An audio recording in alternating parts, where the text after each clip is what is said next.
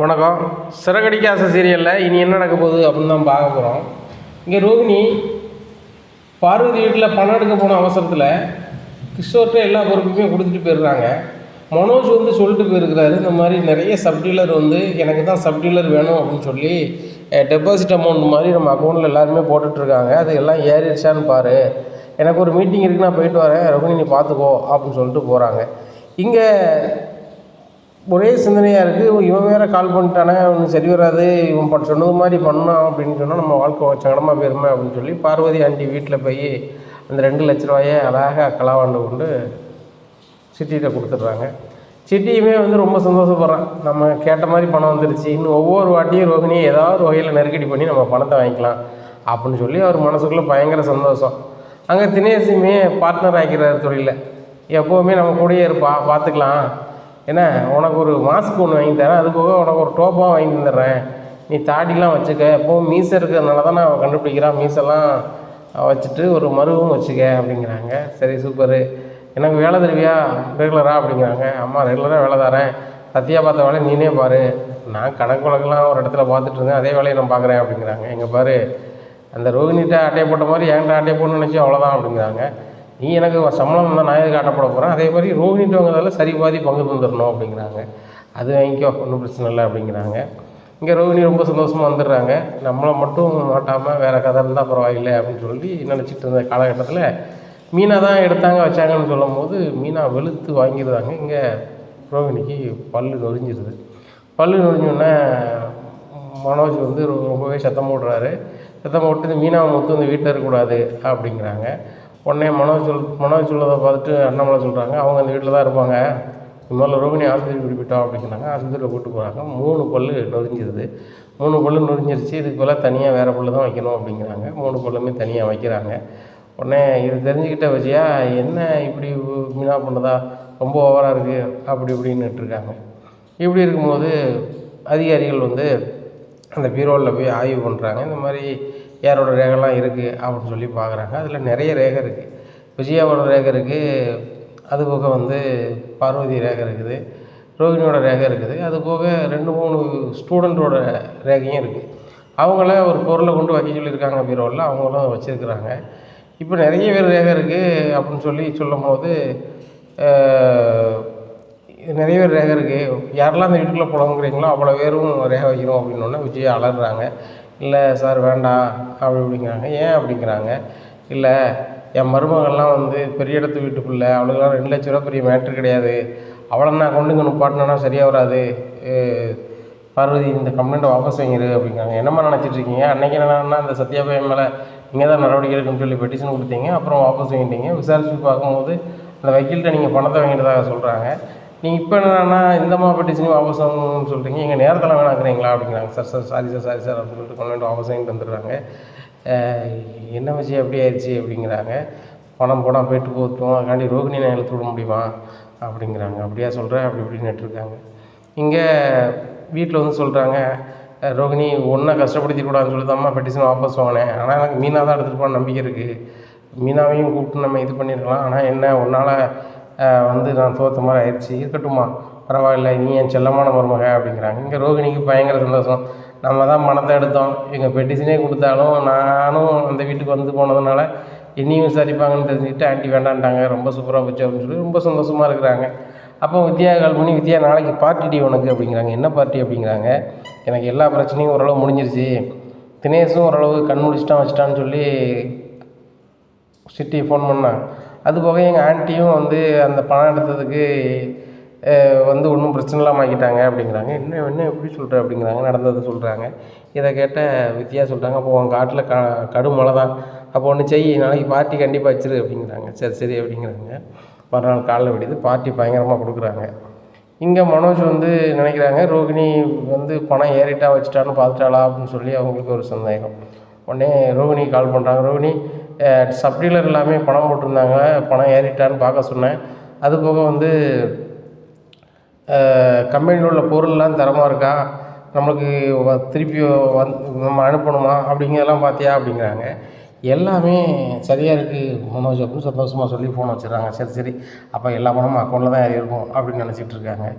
இப்படி இருக்க இந்த நிமிஷத்தில் என்னாச்சு ஆகுதுன்னா, சந்தோஷ் சார் வந்து பாம்பேலேருந்து தமிழ்நாட்டுக்கு டீலராக வேறு ஆளாக அறிவிச்சிடுறாங்க. அறிவிச்சு முறைப்படி பேப்பர் எல்லாத்துலேயுமே விளம்பரம் வந்துடுது. வந்தோடனே எல்லோரும் பார்த்து ரொம்பவே ஷாக் ஆகிடுறாங்க. என்ன டீலர் வந்து மனோஜ் இல்லையா? தாமோதரன் பேர் இருக்குது. தாமோதரனா யார் அப்படின்னு சொல்லி சர்ச் பண்ணி பார்க்குறாங்க. அது இந்த ஊரை சேர்ந்தவர் இன்னார், இத்தனை வருஷமாக ஃபர்னிச்சர் கடை வச்சுருக்காரு, அவர் பெரிய டீலரு, டிஸ்ட்ரிக்ட் லெவலில் டீலராக இருந்தார், இப்போ மாநில அளவுக்கு டீலர் ஆகிட்டார், அப்படி இப்படின்னு பயங்கரமாக பேசுகிறாங்க. இந்த டிவி மேனிக்கும் அப்படி எடுத்துட்டாரா அப்படி இப்படின்னு சொல்லிட்டு பயங்கரமாக பேசும்போது இந்த சப் டீலருக்கு எல்லாருக்குமே ரொம்ப கடுப்பாக இருக்குது. நம்ம பணத்தை பூராமே வந்து டெபாசிட்டாக கொடுத்துருக்கோம், மனோஜ்கிட்ட வாங்கணுமே அப்படின்னு சொல்லி சப் டீலர் யூனியன்லேருந்து அவங்க பேசிக்கிறாங்க. நம்ம எல்லாருமே வந்து மனோஜ் சார்கிட்ட கொடுத்துருக்குறோம், பணம் அட்வான்ஸ் கொடுத்துருக்கோம், இப்போ டீலரை வேறு ஒரு வச்சுட்டாங்களே என்ன பண்ணுறது அப்படிங்கிறாங்க. அவங்களே பேசும்போது அவங்க ஓனர் யாரை விரும்புகிறாங்களோ அவங்கள தானே கொண்டு வருவாங்க. மனோஜை பற்றி விசாரிச்சிருப்பாங்க. மனோஜ் வந்து நம்மளுக்கு ஜூனியரு, கடை ஆரம்பித்து 4 மாதம் அந்த மாதிரி கணக்கு தான் ஆகுது. அவங்களுக்கு எப்படி கொடுப்பாங்க? நாங்களே ஆச்சரியப்பட்டோம், நம்மளே ஆச்சரியப்பட தான் செஞ்சோம். சரி அதெல்லாம் இருக்கட்டும், இப்போ நம்ம எல்லோரும் கலந்து பேசணும் வாங்க அப்படின்னு சொல்லி எல்லோரும் கலந்து பேசுகிறாங்க. கலந்து பேசிவிட்டு நம்ம எல்லாருமே வந்து மனோஜ்கிட்ட வந்து நம்ம யூனியன்லேருந்து பேசி தான் பணம் கொடுத்தோம். இப்போ பணத்தை நம்ம திரும்பி வாங்கினா தான் சரி வரும் அப்படிங்கிறாங்க. ஆமாம், அவங்க திரும்பி வாங்கினா தான் சரி வரும் அப்படின்னு சொல்லிட்டு அவ்வளோ பேரும் கால் பண்ணுறாங்க மனோஜுக்கு. ஆனால் என்ன எல்லோரும் கால் பண்ணுறீங்க என்ன அப்படிங்கிறாங்க. சார் உலகத்தில் தான் இருக்கீங்களா அப்படிங்கிறாங்க. என்ன அப்படிங்கிறாங்க. சப் டீலராக உங்களை வந்து டீலர்லேருந்து எடுத்துட்டாங்க பார்த்தீங்களா அந்த டிவி கம்பெனிலேருந்து அப்படிங்கிறாங்க. யார் சொன்னால்? சந்தோஷ் சார்ட்ட நேற்று கூட பேசுகிறானே அப்படிங்கிறாங்க. இன்றைக்கி பாருங்கள் சார், எல்லா டிவிலையும் எல்லா பேப்பரில் தான் வருது அப்படிங்கிறாங்க. வச்சு பார்க்குறாங்க. ஆமாம் அப்படின்னு சொல்லிட்டு ஆமாம் அப்படின்னு சொல்லிட்டு முடிக்கும். என்ன சார் ஆமான்றீங்க? எங்கள் பணத்தை பூரா எங்கள் அக்கௌண்ட்டில் மறுபடியும் மாற்றி விடுங்க அப்படிங்கிறாங்க. உடனே மனோஜுக்கு என்ன செய்யனே தெரியல. நான் எப்படியா சந்தோஷ் சார்கிட்ட பேசி நான் வந்து மறுபடியும் டீலர்ஷிப் எடுத்துகிட்டு நீங்கள் கவலைப்படாதங்க அப்படிங்கிறாங்க. சார் அவங்க முறைப்படி அறிவிச்சிட்டாங்க, இனிமேல் வந்து மாறாது சரிங்களா? நாங்கள் தான் வந்து ஆர்வக்கோளாறில் உங்கள்கிட்ட எல்லாருமே வந்து யூனியன்லேருந்து பேசி உங்களுக்கு டெபாசிட்டை கொடுத்துட்டோம். டெபாசிட் நாங்கள் எந்த யாருக்குமே கொடுத்ததில்ல. நீங்கள் சப் டீலருக்கு வேணும் அப்படிங்கும்போது சரி ரைட்டு, நீங்கள் டீலர்ஷிப் எடுத்துருக்கீங்க, உங்களுக்கும் செலவு இருக்குன்னு சொல்லிட்டு நாங்கள் ஆளுக்கு 3 லட்ச ரூபா தந்தோம் சரிங்களா? நாங்கள் எங்கள் இதில் 10 பேர் இருக்கோம், இப்போ 30 லட்ச ரூபா ஆச்சு. எங்கள் 30 லட்ச ரூபாய் உடனே அக்கௌண்ட்டில் போட்டு விடுங்க அப்படிங்கிறாங்க. இங்கே மனோஜுக்கு என்ன செய்யனே தெரில. மறுபடியும் ரோகிணி கால் பண்ணுறாங்க. ரோகிணி சப் டீலர் வந்து எல்லோரும் பணம் கேட்குறாங்க அப்படிங்கிறாங்க. ஏன் மனோஜ் பணம் கேட்குறாங்க? நீங்கள் தானே டீலரு அப்படிங்கிறாங்க. சொல்லுவோம் தப்பாக நினச்சிக்காத, டீலர்லேருந்து என்னை எடுத்துட்டாங்க, இந்த தாமோதரன்னு சொல்லி ஒரு ஆளை போட்டிருக்காங்களா அப்படிங்கிறாங்க. என்ன சொல்கிறீங்க மனோஜ் அப்படிங்கிறாங்க. ஆமாம், நீ டிவி பேப்பர் பார்க்கலையா? நான் உனக்கு ஒன்று அனுப்புகிறேன் பாரு அப்படிங்கிறாங்க. பார்த்துட்டு ரோஹிணி ரொம்ப ஷாக் ஆகிடுறாங்க. ஆமாம் மனோஜ் இப்படி பண்ணிட்டாரு சந்தோஷ் சார், நம்ம எவ்வளோ செலவு பண்ணியிருக்கோம், கடங்காவெல்லாம் வாங்கி பார்ட்டிலாம் வச்சிங்களே, ஏன்னா இப்படி பண்ணுறாங்க எது பண்ணுறாங்க அப்படிங்கிறாங்க. அதான் எனக்கு ஒன்றும் புரியலை. மொட்டை சந்தோஷத்துக்கு கால் பண்ணால் எடுக்கவே மாட்றான் அப்படிங்கிறாங்க. அவன் பார்க்கில் தூங்கிட்டு இருப்பான். அவன் ஒரு ஆள் சொன்னாருன்னு சொல்லிட்டு நீங்கள் போய் இவ்வளோ செலவு பண்ணீங்க பாருங்கள், நான் கூட இந்த டீலர்ஷிப் கிடைக்கும் நீங்கள் பெரிய ஆளாயிருவீங்க அப்படின்னு சொல்லி எவ்வளவோ கற்பனை பட்டு பண்ணேன் அப்படிங்கிறாங்க. ரோகிணி நான் மட்டும் ஒன்றும் கற்பனை பண்ணலையா? இப்போ என்ன செய்யணும் ஒன்றும் புரியலை. சப் டீலர் எல்லாம் ஃபோன் பண்ணி நாங்கள் வந்து எங்கள் யூனியன்லேருந்து பேசிட்டோம், அதனால் நீங்கள் வந்து எங்கள் பணத்தை அப்படியே போட்டு விடுங்க அக்கௌண்ட்டில் அப்படின்னு சொல்கிறாங்க அப்படிங்கிறாங்க. மனோஜ் அப்போ நம்ம பணத்தெல்லாம் திருப்பி கொடுக்கணுமா அப்படிங்கிறாங்க. ஆமாம் ரோகிணி கண்டிப்பாக கொடுத்தாகணும், கொடுக்கலன்னா விட மாட்டாங்க. 3 லட்ச ரூபா ஒரு ஆளுக்கு போட்டிருக்காங்க, 10 பேர்னா 30 லட்ச ரூபா ஆச்சு, இந்த 30 லட்ச ரூபா உடனே அனுப்பணும் அப்படிங்கிறாங்க.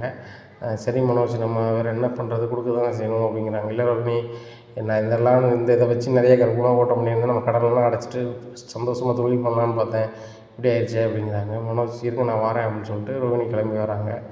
இந்த சூழ்நிலையில் இவர் வந்து ரோகிணி வந்து வாங்க மனோஜ் நம்ம பேங்க்கு போய்ட்டுருவோம் அப்படின்னு சொல்லிட்டு பேங்க்கு போகிறாங்க. பேங்க்கில் எவ்வளோ பணம் கிடக்கு அப்படின்னு கேட்குறாங்க. உங்கள் அக்கௌண்ட்லையா? உங்களுக்கு 60,000 ரூபா கிடக்கு அப்படிங்கிறாங்க. என்ன சார் சொல்கிறீங்க, 60,000 கிடக்கா? 30,60,000 கிடந்துச்சு அப்படிங்கிறாங்க. ஏங்க 30 லட்சத்துக்கு நீங்கள் வந்து ஒரு செக் கொடுத்துருக்கீங்க, அந்த செக்கில் வந்து கலெக்ஷன் போட்டு எடுத்துகிட்டு போயிட்டார் அப்படிங்கிறாங்க. யார் எடுத்துகிட்டு போனா அப்படிங்கிறாங்க. உங்கள் ஸ்டாஃப் தான், அவர் பேர் கிஷோர் நினைக்கிறேன், அவர் தான் 8 போயிருக்காரு அப்படிங்கிறாங்க. அவரை கேட்டால் எப்படி கொடுப்பீங்க அப்படிங்கிறாங்க. ஏங்க நீங்கள் தான் செக்கு கொடுத்துருக்கீங்க, உங்கள் கையெழுத்து இருக்குது அதில் அப்படிங்கிறாங்க. அப்போ தான் ரோகிணி நினைக்காங்க, ஆகா நம்ம வந்து சிட்டிக்கு பணம் ரெடி பண்ணி கொடுக்குற அவசரத்தில் வந்து அவன் ஏதோ ஒரு கையெழுத்து கேட்டான்னு போட்டு கொடுத்தோம், நம்ம தான் செக்கில் போட்டிருக்கோமோ அப்படின்னு சொல்லி ரோகிணி முழிக்கிறாங்க. என்ன ரோகிணி முழிக்கிற அப்படிங்கிறாங்க. இல்லைங்க அன்றைக்கி அவசரமாக ஒரு கஸ்டமரை பார்க்க போக வேண்டியிருந்துச்சு, போகும்போது கிஷோர் வந்து கையெழுத்து கேட்டோன்னா நான் அப்படியே கையெழுத்து போட்டு போயிட்டேன், அது செக்குன்னு கூட பார்க்கல அப்படிங்கிறாங்க. என்ன ரோகிணி எப்படி இருக்க அப்படின்னு கிஷோருக்கு ஃபோன் பண்ணுறாங்க. செல்லு சுவிட்ச் ஆஃப்னு வருது. செல்லு வேறு சுவிட்ச் ஆஃப்னு வருது. இன்றைக்கி வேறு அவன் வேலைக்கு வரல, என்னென்னு தெரியல அப்படின்னு சொல்லிட்டு நேராக வீட்டுக்கு போகிறாங்க. கிஷோர் இருக்கானா அப்படின்னு. கிஷோர் இல்லையே அப்படிங்கிறாங்க. உடனே உங்கள் பையன் எங்கள் அக்கௌண்ட்டில் இந்த பணத்தை எடுத்துகிட்டு போயிட்டான் வச்சுட்டான் அப்படிங்கிறாங்க. எங்கள் பையன்லாம் அவங்க அக்கௌண்ட்லேருந்து பணத்தை எடுக்க மாட்டான் அப்படிங்கிறாங்க. இல்லை எடுத்துகிட்டு போயிட்டான், பேங்க்கில் கேட்டு தான் வரோம், அவன் சும்மா விட மாட்டான் அப்படி இப்படின்னு திரைக்கிறாங்க. இந்த சூழ்நிலையில் மனோஜ் சொல்கிறாரு, ரோகிணி இன்னும் நான் தப்பிக்கணும் ஒரே வழி இது தான், ஸ்டேஷனில் போய் கம்ப்ளைண்ட் பண்ணிடலாம் அப்படின்னு சொல்லிட்டு சொல்கிறாங்க. சரி ரைட்டு அப்படின்னு சொல்லிட்டு நேராக ஸ்டேஷனுக்கு போகிறாங்க. ஸ்டேஷனில் போய் கம்ப்ளைண்ட் கொடுக்குறாங்க. அப்போ போலீஸில் அவங்க கேட்குற அதிகாரிகள் கேட்குறாங்க, உங்கள் வீட்டுக்கு இதே வேலையாக அவங்க அம்மா வந்து முதல்ல பெட்டிஷன் கொடுத்தாங்க, அப்புறம் வந்துட்டு அது வேண்டான்னாங்க, அப்புறம் வந்துட்டு ஒரு ஆன்ட்டியை கூப்பிட்டு வந்தாங்க, என் ஃப்ரெண்டுன்னு சொல்லி கம்ப்ளைண்ட் கொடுத்தாங்க, அதையும் வாபஸ் வாங்கினாங்க, இப்போ மறுபடியும் நீங்கள் வந்திருக்கீங்களே அப்படிங்கிறாங்க. சார் என்ன செய்யணும்னு தெரில, எங்கள் ஆஃபீஸில் வேலை பார்த்த ஒரு பையன் வந்து 30 லட்ச ரூபாய் ஆட்டை போட்டு போயிட்டான் அப்படிங்கிறாங்க. பையன் பேரை சொல்லுங்கள் அப்படின்னு சொல்லி எல்லாத்துக்குமே சொல்கிறாங்க. அவன் ஃபோன் நம்பர் சுவிட்ச் ஆஃப்னு வருது அப்படிங்கிறாங்க. சுவிட்ச் ஆஃப் ஆனாலும் பரவாயில்ல, எந்த நம்பர் மட்டும் நம்பர் கொடுங்க அப்படிங்கிறாங்க. இங்கே மனோஜ் வந்து ஒரு வாட்டி ஸ்டாஃபுக்கு சம்பளம் உயர்த்தி கொடுக்கறதுக்கு பதிலாக ஒரு அக்ரிமெண்ட் போடுவோம், 6 மாதத்துக்கு ஒருக்க உங்களுக்கு நான் சம்பள உயர்வு கூட்டுவேன் அப்படி இப்படின்னு சொல்லி ஒரு கையெழுத்து போட்டு கொடுத்துருக்காரு ஒரு பத்திரத்தில். அந்த பத்திரத்தை வந்து அவர் கிருஷ்ணவர் எப்படி ரெடி பண்ணி வச்சுருக்காருன்னா, அதில் டைப் அடிச்சது எல்லாமே வேறு. இந்த மாதிரி வந்து மனோஜ் எனக்கு இவ்வளோ பணத்தை நான் கொடுத்துருக்குறேன், அவர் தொழில் தொடங்க, அவரிடத்துலேயே வேலை பார்க்குறேன், அவர்கிட்ட என்னைக்கு பெற்று கொள்கிறேனோ அன்றைக்கி நான் வேலையை விட்டு நின்று கொள்கிறேன் அப்படின்னு சொல்லி அதில் கோடு மட்டும் போட்டிருக்காரு, அமௌண்ட்டு போடலை. இவர் 30 லட்ச ரூபாயை அதில் நிரப்பிடுறாரு. இப்படியா இருக்குது, நிரப்பி அந்த பத்திரத்தை கையில் வச்சுக்கிறாரு. இப்படியா இருக்குது. அதுக்கு சாட்சிலாம் போட்டிருக்காங்க. அந்த நேரத்தில் மனோஜ் வந்து ஆர்வக்கோளாறில் அதை படிக்காமல் கையெழுத்து போட்டிருக்காரு. இப்படியா இருக்குது. ரோகிணியும் செக்கில் கையெழுத்து போடும்போது பார்க்கல என்ன ஏதுன்னு சொல்லிட்டு, மனோஜும் கையெழுத்து போடும்போது பார்க்கல. சம்பளத்துக்காக போட்ட அக்ரிமெண்ட்டில் அது அப்படி இருக்குது. இது வந்து அதில் வேலை பார்க்குற 2 ஸ்டாஃப் சேர்ந்து பண்ண வேலை. இது தெரியாத மனோஜ் வந்து பெட்டிஷன் கொடுத்துட்றாரு. அப்போ அதிகாரிகள் எங்கே இருக்குது எது இருக்குதுன்னு சொல்லிட்டு அவன் இருக்கான் அப்படின்னு சொல்லி பார்த்துட்டு செல்ஃபோனை ஆஃப் ஆன இடத்துல இருந்து அவரை கூப்பிட்டு வந்துடுறாங்க. கூப்பிட்டு வந்தோடனே மனோஜ் கால் பண்ணுறாங்க. மனோஜ் இந்த மாதிரி இவங்க கிஷோர் வந்து வந்துட்டார், நீங்களும் வாங்க அப்படின்னாரு. நீ வா அப்படின்னு சொல்லிட்டு நேராக அங்கே போகிறாங்க. போகும்போது இவன் தான் சார் என் பணத்தை எடுத்துட்டான் அப்படி இப்படிங்கிறாங்க. சார் நான் அவங்க பணத்தை எடுக்கல, எனக்கு தர வேண்டிய பணத்தை வாங்கியிருக்கேன் அப்படிங்கிறாங்க. உனக்கு நான் தரணுமா அப்படிங்கிறாங்க. ஆமாம் சார், இந்த கடை ஆரம்பிக்கும் போது முதல்ல நான் தான் சார் 30 லட்ச ரூபா கொடுத்தேன், இப்போ அந்த 30 லட்ச ரூபாய் நான் வாங்கிட்டேன், பாருங்கள் சார் அக்ரிமெண்ட் அப்படிங்கிறாங்க. அதில் படித்து பார்க்குறாங்க. நான் அந்த இது எல்லாமே எழுதியிருக்கு, என் பேர் கிஷோர், நான் இந்த பணியாற்றுறேன், இந்த மாதிரி நான் வந்து 30 லட்ச ரூபா கொடுத்துருக்குறேன், 30 லட்ச ரூபா கொடுத்துட்டு இங்கேயே வேலை பார்க்குறேன், எனக்கு மாத சம்பளம் 15,000, இவர் 30 லட்ச ரூபா தரும் அந்த காலகட்டத்தில் நான் அப்படியே வேலையை விட்டு வந்துருக்கிறேன், என்னுடைய தொகையை வச்சு நான் வந்து என்னுடைய எதிர்காலத்தை பார்த்துக்கொள்கிறேன் அப்படின்னு சொல்லி எழுதியிருக்கு. இதில் கையெழுத்து போட்டது யார் அப்படின்னா இவர் தான் போட்டிருக்காரு அப்படிங்கிறாங்க. நான்லாம் போடலாம் வைக்கலாங்க, நீங்கள் தானே போட்டீங்க அப்படிங்கிறாங்க. சரி மனோஜ் இந்த பேப்பரில் ஒரே மாதிரி கையெழுத்து போடுங்க அப்படிங்க. கையெழுத்து போடுறாங்க. அதே மாதிரி சேமாக இருக்குது. என்ன மனோஜ் எங்களை பார்க்க எனக்கா தெரியுதா, நீங்கள் என்னன்னாக்கா என் பணத்தை எடுத்து போயிட்டாங்கிறீங்க, நீங்களே அவருக்கு செக் கொடுத்து கதையை முடிச்சிருக்கிறீங்க, இப்போ நான் எப்படி பேசுகிறீங்க அப்படிங்கிறாங்க. சார் என் செல்லில் ஒரு பிரச்சனை, அதனால தான் செல்லு ஆஃப் ஆகிருச்சு, நான் வெளியூர் போயிருந்தேன், இவர் வேறு எங்கள் வீட்டில் வந்து நான் பணத்தை எடுத்து போயிட்டேன் அப்படி இருக்குன்னு சொல்லியிருக்காங்க, என்ன பேரை கெடுக்காரு, இப்படி பண்ணாருன்னா இவர் மேலே நடவடிக்கை எடுக்க வேண்டியிருக்கும் அப்படி அப்படிங்கிறாங்க. மனோஜ் நீங்கள் பண்ணது ரொம்ப ஓவரு, அவர்கிட்ட பணத்தை வாங்கி நீங்கள் கிஷோர்கிட்ட பணத்தை வாங்கி தான் பிஸ்னஸ் ஆரம்பிச்சிருக்கீங்க, அவர் போதாத காலம் உங்கள்கிட்ட வேலை பார்த்துருக்காரு, பணத்தை வாங்கி நின்றுட்டார், இவர் அவர் மேலே நீங்கள் அப்படி கொடுக்கலாம் வைக்கலாம், கிஷோர் நீங்கள் ஒரு பெட்டிஷன் கொடுங்க, அப்புறம் நான் இது பண்ணுறேன் அப்படிங்கிறாங்க. சார் நான்லாம் கொடுக்கல, எனக்கு முன்னாள் நண்பர் தான், நான் கிளம்புறேன் அப்படின்னு சொல்லிட்டு அவர் கிளம்பிடுறாங்க. இங்கே மனோஜுக்கு என்ன சின்ன தெரியல, என்ன சார் நீங்கள் அவங்க கிஷோர் சொன்னதே கேட்குறீங்க, நான் சொல்லுறதெல்லாம் கேட்க மாட்டேறீங்க அப்படிங்கிறாங்க. இங்கே பாருங்கள் அவர் எல்லாமே தெளிவாக வச்சுருக்காரு, உங்கள்கிட்ட ஏதாவது இருக்கா, ஒன்றும் கிடையாது, அவர் சொல்லுறது அதுக்குள்ள நாங்கள் ஒன்றும் செய்ய முடியாது, வேறு அங்கே போய் பார்ப்பே பாரு, வெளில கிளம்புனதில்ல, பெட்டிஷன் ஆஃபீஸ் வாங்கிட்டு போ அப்படிங்கிறாங்க. பெட்டிஷன் ஆஃபீஸ் வாங்கிட்டு வெளியே நிற்கிறாங்க. இந்த சூழ்நிலையில் எல்லா சப் டீலருமே கால் பண்ணிகிட்டே இருக்காங்க. சார் மனோஜ் சார் நீங்கள் பணம் தந்தால் தான் நாங்கள் அடுத்த டீலரில் நாங்கள் வந்து பணம் டெபாசிட் கொடுக்க முடியும், பணம் தாங்கன்னு கேட்குறாங்க. உடனே ஒரு கட்டத்தில் மனோஜால் உளறிடுறாரு, என்கிட்ட பணம் எதுவும் இல்லை, பணம் இல்லை ஒன்றும் இல்லை, என்கிட்ட அக்கௌண்ட்டில் பணம் தான் தர முடியும், நீங்கள் நெருக்கடி பண்ண என்ன பண்ண முடியும், கடை அடைச்சிட்டு தான் அங்கங்கே ஓடணும் அப்படிங்கிறாங்க. அதெல்லாம் எங்களுக்கு தெரியாது அப்படின்னு சொல்லிட்டு பேசுகிறாங்க. ஒன்றும் நடக்கலை.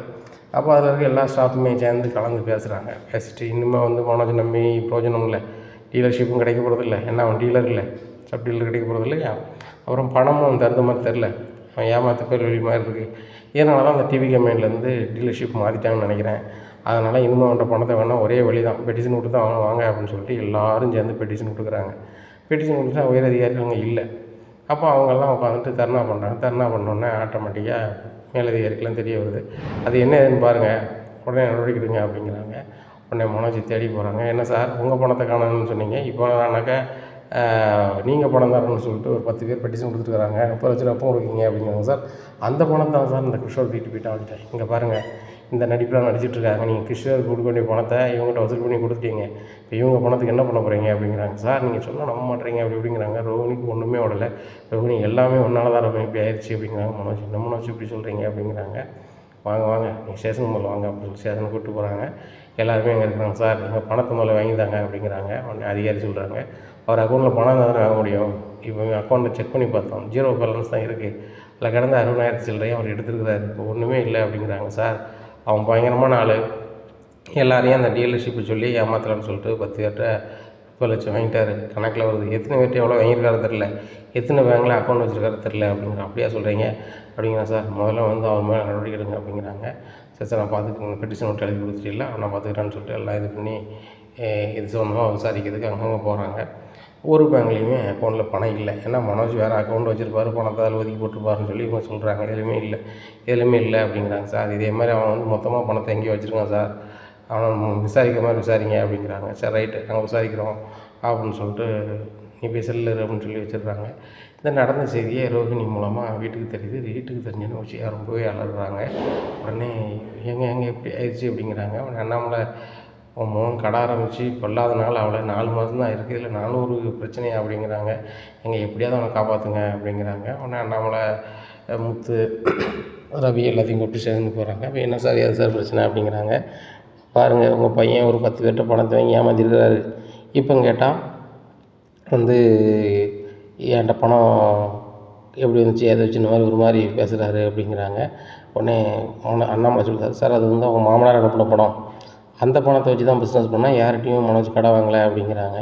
இல்லை சார் அது ஒரு அக்ரிமெண்ட் போட்டிருக்காங்க, அந்த பேப்பரை காமிச்சாப்புல, அது போக அதில் ரொம்ப தெளிவாக இருக்குது, அவர்கிட்ட 30 லட்ச ரூபா வாங்கி தான் அங்கே ஆரம்பிச்சிருக்காரு அப்படிங்கிறாங்க. உடனே முத்து கேட்குறாரு, டே மனோஜ் அப்படிங்கிறாரு செல்லூர் பக்கத்தில் போய், நீ வந்து உன் மாமனார் பணம் அனுப்புனாரு வச்சார், ஃபாரின்லேருந்து வந்துச்சு போயிடுச்சின்னு சொன்னேன், இப்போ நான் எப்படி இருக்குது அப்படிங்கிறாங்க. உடனே திருன்னு முழிக்காங்க. சார் அதெல்லாம் நாங்கள் விசாரிச்சிட்டோம், ஜீவாங்க ஒரு அக்கௌண்ட்லேருந்து அங்கே மாறி இருக்குது அப்படிங்கிறாங்க. ஓ அந்த கிஷோர் அனுப்புறேன்னு பணம் தான் சொன்னால் ஜீவான்னு ஒன்று வந்திருக்கு அப்படிங்கிறா. சார் ஜீவா தந்தது தான் சார் அப்படிங்கிறாங்க. ஜீவா தந்தது தானா அப்படிங்கிறாங்க. ஆமாம் சார் ஜீவா தந்தது தான், அதனால் வந்து பணம்லாம் வந்து கிஷோர் தரல, நீங்கள் அவன் சொன்ன நம்பிட்டீங்க போயிட்டீங்க அப்படிங்கிறாங்க. உடனே மறுபடியும் கிஷோரை போட்டு விட்றாங்க. என்னப்பா அவர் அக்கௌண்ட்லேருந்து வேறு ஆள் 30 லட்ச ரூபா பணம் அனுப்புனதாக சொல்கிறாங்க, நீ கொடுத்தேன்னு சொல்லி எழுதி வச்சுருக்க பேப்பரு அப்படிங்கிறாங்க. சார் என் ஃப்ரெண்டு தான் சார் ஜீவா, அந்த ஜீவா இப்போ இங்கே இல்லை, அவங்க வந்து இப்போ எங்கே இருக்காங்க எது இருக்காங்கன்னு தெரில, அவங்ககிட்ட கொடுத்து அவங்க அக்கௌண்ட்லேருந்து மாற்றினேன், எனக்கு இவங்க தர வேண்டிய பணத்துக்கு நான் இது பண்ணிட்டேன், நான் கிளம்புறேன் அப்படின்னு சொல்லிட்டு கிளம்பிடுறாரு. இவங்ககிட்ட பணம் வாங்கி நீ பிஸ்னஸ் ஆரம்பிச்சுட்டு நீ வந்து உங்கள் மாமாட்ட வாங்கி ஆரம்பிச்சேன்னு சொல்கிற அப்படிங்கிறாங்க. ரோகிணி திருதுன்னு முடிக்காங்க.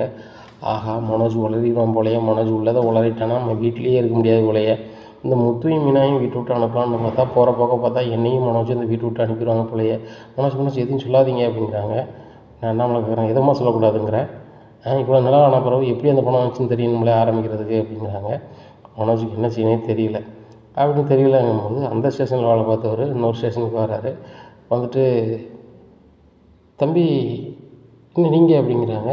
சார் எங்கள் அண்ணாச்சி இவ்வளோ இருக்கார் அப்படிங்கிறாங்க. பார்த்தோன்னே மனோஜை பார்த்தோன்னே, என்னப்பா அந்த ஜீவாக்கிட்ட 30 லட்ச ரூபா வாங்கி தந்தேன், அதுக்கப்புறமும் நீ உள்ளே போயிருக்க என்ன விஷயம் அப்படிங்கிறாங்க. அந்த 10 பேரும், சார் எங்கிட்ட 30 லட்ச ரூபா ஏமாற்றிட்டார் சார், நீங்கள் ஒவ்வொரு ஆள்கிட்டையும் எங்கிட்ட வாங்கி கொடுக்கீங்க, ஒவ்வொரு ஆள்கிட்டையும் ஏமாற்றிட்டுருக்காங்க அப்படிங்கிறாங்க. மனோஜ் சொல்கிறாங்க, எனக்கு தலையை வெடிச்சிடும், நீங்கள் ஒவ்வொருத்தராக பேசிகிட்டு இருக்காங்க, நான் உள்ளதை சொல்லியிருந்தேன் அப்படிங்கிறாங்க. அப்பா என்னை மன்னிச்சிருங்கப்பா அப்படிங்கிறாங்க. அண்ணாமலை என்ன மன்னிச்சிடணும் அப்படிங்கிறாங்க. அப்பா உங்கள் 27 லட்ச ரூபாயை நான் வந்து வாங்கிட்டேன்ப்பா, வாங்கி தந்தது அவர் தான் அப்படிங்கிறாங்க. ஆமாண்ணாச்சி, நான் உங்கள் லிமிட்டில் உள்ள ஸ்டேஷனில் இருந்தோம்ல, அப்போ இருக்கையில் பெட்டிஷன் கொடுத்துருந்தாப்புல, அந்த பொண்ணை முடக்கிட்டு ஃபோன் அடிக்க நான் தான் வந்து 27 லட்ச ரூபா கொடுமான்னேன், இவங்க கூட 3 லட்ச ரூபா கேட்டு 30 லட்ச ரூபா அந்த பொண்ணுகிட்ட வாங்கிட்டாங்க, அந்த பணத்தை தான் உடனே வாங்கி கொடுத்தேன் அப்படிங்கிறாங்க. அப்போ அந்த பணத்தை வச்சு தான்ப்பா ஆரம்பித்தேன் அப்படிங்கிறாங்க. அண்ணாமலை ஒரு மாதிரி ஆகிறாரு. அதில் ஆரம்பிச்சேன்னா ஏன்டா மாமனார் பணம்னு சொன்னேன் அப்படிங்கிறாங்க. இல்லைப்பா அப்படி சொன்னால் நீங்கள் வந்து முத்துக்கிட்டையும் ரவிக்கிட்டையும் வாங்கி கொடுத்துருவீங்க, எங்களோட ஷேரிங் கம்மியாயிருன்னு சொல்லி ரோகிணி தான் சொன்னா அப்படிங்கிறாங்க. ரோகிணியை பார்த்து அண்ணாமலை முறைக்கிறாங்க. உடனே பார்வதியும் நிற்கிறாங்க, விஜயா நிற்கிறாங்க. விஜயா ஒரு மாதிரி ஆகிறாங்க. எங்க மனோஜுக்கு இப்போ அவனை காப்பாற்றணுங்க, அதை மட்டும் பேசுங்க அப்படிங்கிறாங்க.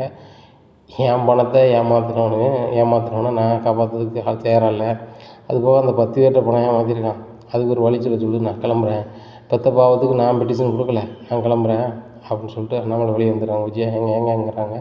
முத்து உனக்கு கொஞ்சமாவது அறிவு இருக்கா? அப்பா பணத்தையே ஏமாற்றுவியா நீ? உள்ளதை சொல்ல வேண்டியதுதானே. அப்பாட்ட கொடுத்தா அவன்கிட்ட தானடா தரப்போகிறாரு.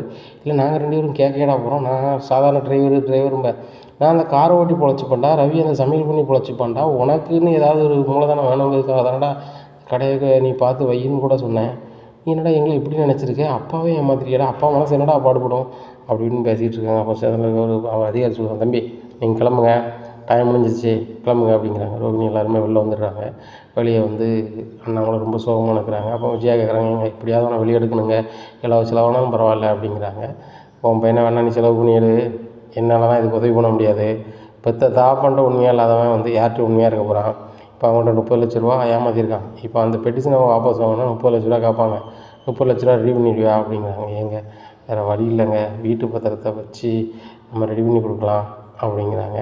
இருக்கிறது ஒரே வீடு தான், அந்த வீடையும் வச்சு கொடுத்துட்டு நம்ம எல்லாருமே தெருவில் நிற்கிறதா அப்படிங்கிறாங்க. ஏங்க அவன் தான் பிஸ்னஸ் பண்ணுறானே அப்படிங்கிறாங்க. நீ முத்து சிரிக்கிறார், ஏன்டா சிரிக்கிற அப்படிங்கிறாங்க. அவன் பண்ணது லட்சம் தான் தெரிஞ்சிருக்கேன். இப்போ 30 லட்ச ரூபா அவங்களுக்கு கொடுக்கணும், என்ன பண்ண போகிறீங்க? அது போக தொழில் அவன் எப்படி நடத்த போகிறான்? அவன் பொண்டாட்டினா தெரியாமல் கெழுத்து போட்டாங்க, இவனா தெரியாமல் கெழுத்து போட்டாங்க, அவன் எதை தான் தெரிஞ்சு கெழுத்து போடுவாங்க அப்படிங்கிறாங்க. ஆண்டி என்னை மன்னிச்சிருங்க அப்படிங்கிறாங்க. ஏம்மா நீ எப்படிக்குமா செக்கில் எப்படி கெழுத்து போடுதே? இவ்வளோ பெரிய பணக்கார பிள்ளைனாலும் அசால்ட்டாக தான் இருப்பியா அப்படி இப்படின்னு இருக்காங்க. உனக்கு சொந்தமாக பார்லர் இருக்குது, அதில் வருமானம் இருக்குது, போய் தானே வந்து உனக்கு இப்படி ஆடுதே அப்படிங்கிறாங்க.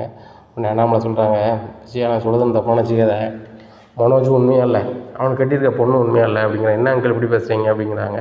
நான் இதை சொல்லக்கூடாது, முத்தையும் இதை சொல்லக்கூடாதுன்னு சொல்லி ரொம்ப நாளாக நான் வந்து என்ன செஞ்சுருந்தேன், சொல்லாதப்பா அப்படின்னு சொல்லி மறைச்சி வச்சுருந்தேன். ஆனால் நடக்கிறதெல்லாம் பார்க்கும்போது நான் இன்னும் அதை நான் சொல்லலை அப்படின்னு சொன்னால் நீ ஏதாவது போய் சொல்லிக்கிட்டு தான் இருக்க போகிற. ரோகிணி உனக்கு சொந்தமாக பார்லர் இருக்கா அப்படின்னு கேட்குறாங்க. ஆமாம் அங்கிள், ஆண்டி பேரில் வச்சேன், இப்போ வேறு பேரில் மாற்றிருக்கோம்ல அப்படிங்கிறாங்க. போய் சொல்லாதம்மா, பொய்க்கு மேலே போய் சொல்லிக்கிட்டே இருக்காத. என் பணத்தை என்கிட்ட வந்துட்டுன்னு சொல்லாமல் நீனும் உன் புருஷனும் மறைச்சிருக்கீங்க. இப்போ என்னன்னா இன்னொரு ஆள் பார்லரை ஓம் பார்லர்னு சுற்றிக்கிட்டு இருக்கு. அது நல்ல பழக்கம் இல்லை. வீட்டுக்குள்ளே நீ பேசிகிட்டு இருந்தால் விட்டுட்டேன், இது பொது இதில் பேசுதே, ரொம்ப தவறு அப்படிங்கிறாங்க. ஏங்க பேரில் தான் நாங்கள் பார்லர் இருக்குது, நீங்கள் என்ன இப்படி பேசிகிட்டு இருக்கீங்க அப்படிங்கிறாங்க. விஜயா உனக்கு என்ன தான் தெரியுது? வாய் பேச தான் தெரியும், மீனாவை குறைச்சி பேச தெரியும். இதுதான் அந்த பார்லர் அந்த பிள்ளை விற்று ரொம்ப நாள் ஆகி போச்சு. அது முத்துக்கு எனக்கு ரொம்ப நாளாக தெரியும். அந்த ஓனரை ரொம்ப நல்ல முத்துக்கு தெரியும். ஏன்னு கேட்டால் எங்கே போனாலும் முத்து தான் காரில் கூப்பிடுவாங்க. சரியா? அதனால் வந்து இன்னும் நம்பிட்டு இருக்காத. இனிமையாவது ஒழுங்காக இருக்க சொல்லு மனோஜையும் ரோகிணியும். அவனை வெளியெடுக்கிறதுக்கு முயற்சிகள் பண்ணாலும் சரி தான், நீங்கள் பண்ணாலும் சரி தான். மனோஜ் வந்து வேண்டாம் எதுவும் பேசாதுங்க அப்படின்னா முத்து கிளம்பலாம் அப்படிங்கப்பா. அவன் உண்மையாக இல்லை, வீட்டுக்கு நம்ம கிளம்பலாம் அப்படிங்கிறாங்க. நேராக முத்து காரில் நம்மளை ஏற்றிட்டு மீனை ஏற்றிட்டு நேராக வீட்டுக்கு போயிடுறாங்க. ரவி சுதியும் பைக்கில் வீட்டுக்கு வந்துடுறாங்க. இங்கே ஸ்டேஷன் வாசலில் ரோகிணி விஜயாவும் நிற்கிறாங்க. பார்த்தியா ரோகிணி, நீனும் உன் புருஷனும் வந்து என் வீட்டுக்கார்ட்ட வேணும் பணத்தை சொல்லாதனால என் வீட்டுக்காரே சப்போர்ட் பண்ண மாட்டாங்க அப்படிங்கிறாங்க. அது இல்லை ஆண்டி பிரச்சனை, இப்போ முத்து சொல்ல தான் நம்ம கேட்பாரு. நாங்கள் எதுக்கு வந்து சொல்ல வேண்டாம்னு சொன்னோன்னா, எங்கள் அப்பா இப்படி ஒரு கதையில் லாக்கில் இருக்கார், அவர் லாக்கிலேருந்து வெளியே வந்துட்டானா 300 கோடி ரூபா நம்மளுக்கு தானே வரப்போகுது. ஆமாம் அங்கிள் பணத்தை திருப்பி கொடுத்துடலான்னு பார்த்தேன் அப்படிங்கிறாங்க. ஓ அப்படி சொல்கிறியாம்மா அப்படி இப்படின்னு பணத்தை சொன்னோன்னே வாயை புழக்கிறாங்க. சரிம்மா ஒரு வாய்ப்பு இருக்குது வா அப்படின்னு சொல்லிட்டு நேராக பார்வதி வீட்டுக்கு போகிறாங்க. பார்வதி எனக்கு நீ ஒரு உதவி செய்யணும் அப்படிங்கிறாங்க. இப்போ தானே ஸ்டேஷனில் இவ்வளோ நேரம் நின்றுட்டு வந்தேன், நீங்கள் வந்து ஒருத்தராக பேசிக்கிட்டு இருக்கீங்க, அங்கே எனக்கு நிற்க முடியல, இடுப்பு வலி தாங்களாக தான் வந்துட்டேன் அப்படிங்கிறாங்க. அதை விடு, இப்போ எனக்கு 30 லட்ச ரூபா வேணும் அப்படின்னு. 30 லட்ச ரூபா வேணுமா? 30 லட்ச ரூபா நான் எங்கே போவேன்? என் அக்கௌண்ட்டில் ஒரு 3 லட்ச ரூபா கிடக்கு, வேணா நான் எடுத்துறேன், இன்னும் ஒரு அரை மணி நேரத்தில் வேணால் எடுத்துடலாம், பேங்க்கு போனால் இல்லை டைம் முடிஞ்சிடும் அப்படிங்கிறாங்க. அது காணாது, அவன் வீட்டு பத்திரத்தை வச்சு எப்படியாவது எனக்கு வந்து ஒரு 30 லட்ச ரூபா வேணும் அப்படிங்கிறாங்க. இங்கே பாரு விஜயா, முத்துக்கு கேட்கையா நான் உடனே தரேன், ரவிக்கு கேட்கையா மறுகணமே தரேன், ஆனால் மனோஜை நம்பி நான் பணம் தரமாட்டேன் அப்படிங்கிறாங்க. என்ன ஆண்டி இப்படி பேசுகிறீங்க, மனோஜ் நீங்கள் நம்ப மாட்டீங்களா அப்படிங்கிறாங்க. இங்கே பாரு ரோகிணி, உனக்கு மனோஜை வந்து ஒரு 1.5 வருஷமாக தெரியும், விஜயாவுக்கு கிட்டத்தட்ட அவனை 30 வருஷமாக தெரியும், எனக்கும் 30 வருஷமாக தெரியும். 30 வருஷமாக மனோஜ் வந்து என்னெல்லாம் பண்ணுவான், என்னெல்லாம் வேலை பார்ப்பான்னு எனக்கு தெரியும்.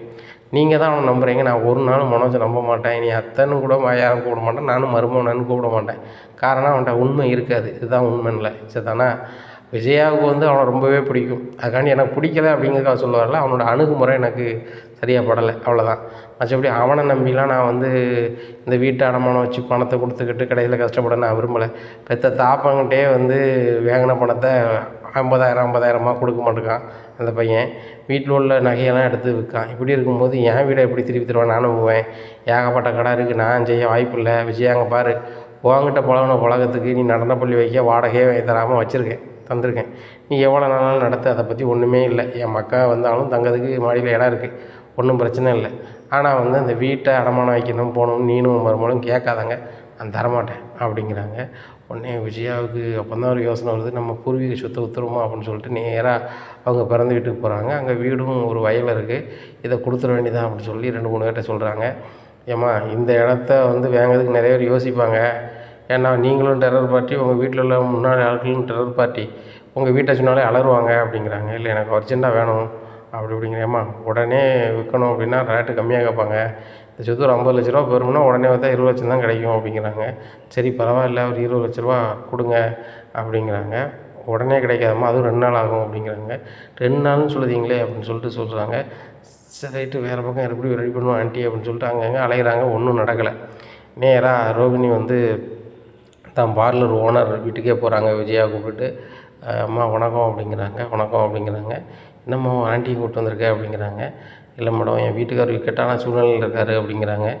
அவர் தான் பிஸ்னஸ் பண்ணி பெரிய ஆளாக வரப்போகிறாரு, அப்புறம் வந்துட்டு பெரிய டீலர்ஷிப் கிடைக்க போகுது, பெரிய ஆளாக வரப்போகிறாரு அப்படி இப்படின்னு சொல்லிட்டு இருந்து நம்ம எப்படி சொல்கிற அப்படிங்கிறாங்க.